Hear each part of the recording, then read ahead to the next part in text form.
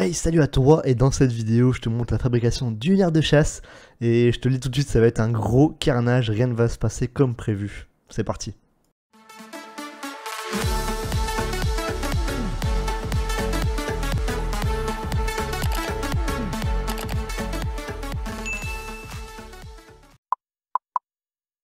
Like, partage, abonne-toi. Et rejoins-nous sur Discord.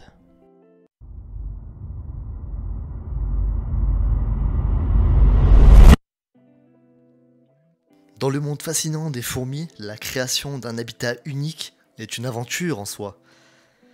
Aujourd'hui, nous nous lançons dans un voyage extraordinaire, la création d'une aire de chasse sur mesure pour nos amis à six pattes.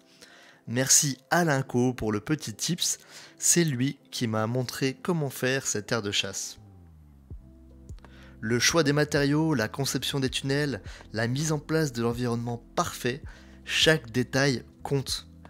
Dans un premier temps, nous mélangeons donc de l'excavator avec de l'eau, histoire de rendre ça un peu plus dur et malléable. Ça fait un peu comme de la pâte à modeler, donc faut vraiment pas hésiter à en mettre. Et vous remarquez de suite la consistance, à force de rajouter de l'excavator, ça fait une espèce de pâte, comme de la boue un petit peu. Et c'est avec cette substance là qu'on va créer donc notre aire de chasse pour nos petites bêtes. N'hésitez donc pas à en mélanger les amis, c'est vraiment un jeu d'enfant, c'est vraiment à la texture, il n'y a pas de dose particulière. Vous remarquez en fait la consistance du produit, il faut pas que ce soit trop liquide ni trop épais, donc franchement allez-y, il n'y a aucun problème, vous pouvez y aller. Ensuite on va récupérer donc cette petite boîte, donc moi j'ai pris personnellement une boîte de chez Jiffy, et on va utiliser donc cette boîte pour faire notre aire de chasse.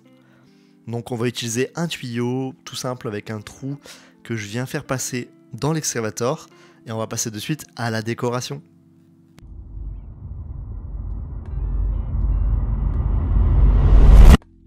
Bon, pour nos petites bêtes, on va leur mettre des petits cailloux quand même, pour histoire de marcher sur quelque chose d'un peu plus dur. Donc voilà, franchement, on décore comme on a envie, il n'y a pas de règles particulières. On décore vraiment comme on veut, c'est ça qui est cool en fait avec la fabrication, c'est qu'on est super libre de nos choix et de nos décos, donc ça c'est vraiment cool.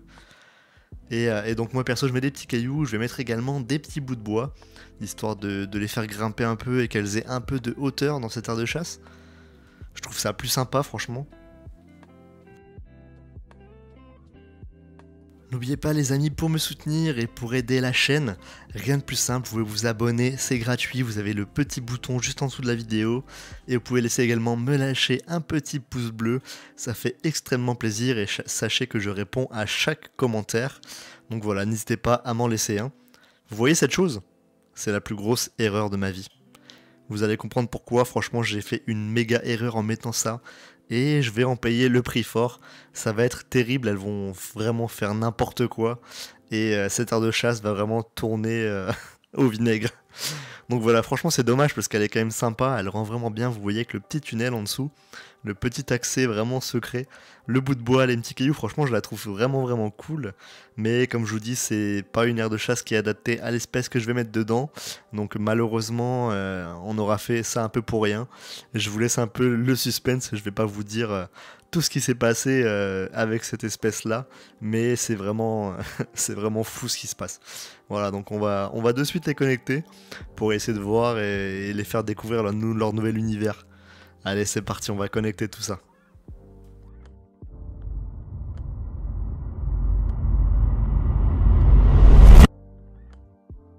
Bon, leur ancien setup, vous le voyez ici, l'aire de chasse est vraiment très petite. Ça commence vraiment à être serré, surtout que le nid ne fait que se remplir chez cette espèce-là. Elle a un développement complètement incroyable, donc c'est pour ça que je me suis dit qu'il fallait changer les choses et leur mettre quelque chose de plus grand. Bon, malheureusement, ça n'ira pas, hein. Il va y avoir pas mal de dégâts, mais on verra ça un peu plus tard. Donc on n'oublie pas l'huile de paraffine évidemment, et on connecte tout ça pour évidemment les voir gambader dans leur nouveau milieu. Franchement j'espère qu'elles vont apprécier. Je me suis donné quand même du mal pour faire ça, même si ça ne va pas être très concluant, mais j'ai quand même passé beaucoup de temps, sans compter la semaine de séchage. Donc ouais, c'est quand même pas mal de taf. Mais voilà, vous pourrez reproduire cette aire de chasse là chez vous. Par contre, ouais, ne l'utilisez pas avec cette espèce là, vous le savez. Utilisez avec une espèce plutôt simple qui ne creuse pas et qui ne fait pas des dégâts comme les Maculatus subnudus. Donc c'est parti, on va connecter tout ça et j'espère qu'elles vont adorer.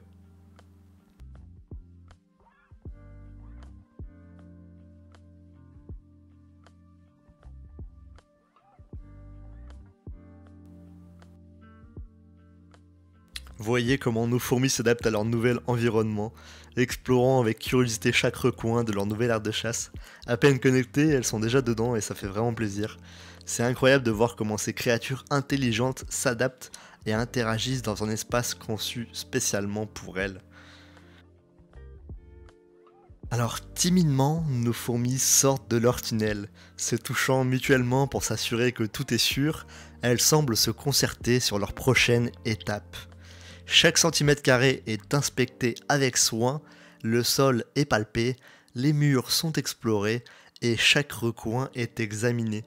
Comme vous le voyez, elles sont hyper actives à la découverte de nouvelles ressources.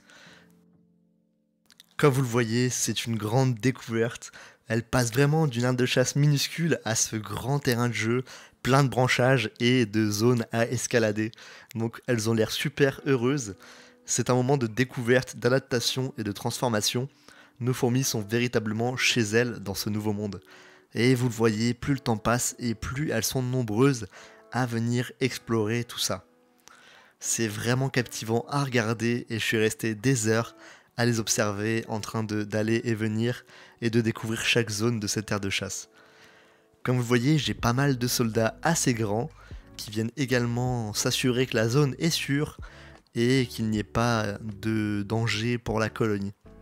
Je leur ai mis donc à manger des petites blattes, un abreuvoir avec de l'eau et un autre avec des liquides sucrés. Et on les voit déjà en train de transporter de la nourriture. C'est un spectacle impressionnant de coopération. Les fourmis se nourrissent mutuellement, veillent sur le couvain avec dévouement et maintien de l'ordre dans leur société. Il y a vraiment une vraie cohésion dans cette fourmilière. Et c'est ça aussi qui est captivant à regarder. Ce n'est pas juste des fourmis qui marchent de partout, il y a vraiment un vrai sens dans leur déplacement et dans leur façon d'agir. Et ça, c'est vraiment extraordinaire. On vient récupérer donc les dernières récalcitrantes au pinceau, histoire de les mettre dans leur nouveau monde et ne pas les laisser comme ça dans leur aire de chasse vide, ça serait quand même dommage. Nos fourmis se promènent joyeusement, découvrant de nouvelles zones et interagissant avec leur environnement. Tout semble vraiment parfait jusqu'à là. J'étais super heureux d'avoir créé cet habitat, franchement je me sentais sain d'esprit, vraiment hyper heureux pour elles. Je me disais qu'elles avaient vraiment quelque chose de correct, mais parfois les choses prennent un tournant inattendu. Le pire est donc arrivé. Je n'étais pas sur un long fleuve tranquille, et au bout de 24 heures dans cette nouvelle aire de chasse, j'ai découvert quelque chose qui m'a glacé le sang. Vous le voyez, elles sont énormément dans ce nid, et il y en a même sur mon bureau. Ouais, elles se sont échappées de partout, en portant avec elles le couvain, et elles explorent maintenant le grand dehors, mon univers. Et comme vous voyez, l'aire de chasse est un dépotoir total. J'ai dû mettre du talc, elles s'évadaient vraiment de partout. Et vous voyez cette magnifique décoration, elle leur sert de nid. Elles m'ont déplacé tout le couvain, et elles ont tout mis à l'intérieur. Elles m'ont vraiment détruit l'aire de chasse. C'est horrible et franchement je m'attendais pas à ça. Moi qui étais heureux de leur avoir créé quelque chose de magnifique et je trouvais de plutôt qualitatif, ça n'était pas à leur goût apparemment. Elles ont ruiné mes projets et mon aire de chasse par la même occasion. Franchement, quand j'ai découvert ça, je vous avoue que j'étais un peu dégoûté. J'ai passé énormément de temps à leur créer ça, et quand je vois le remerciement que j'en ai, franchement, c'est pas terrible quand même les filles, hein. Franchement vous m'avez un peu déçu. Alors regardez-moi cette belle décoration que j'avais mis, je vous l'avais dit, c'était une grosse erreur de ma part, mais je ne savais pas qu'elle me ferait tout ça. Et en fait vous voyez, elles sont énormément à l'intérieur, et j'ai retrouvé beaucoup de couvains dans cette décoration. Donc c'était une mauvaise idée de mettre ça, elles ont trouvé que cette chose était mieux que leur nid. Vous le voyez, elles sont extrêmement nombreuses et j'ai retrouvé des œufs, des larves et des nymphes à l'intérieur.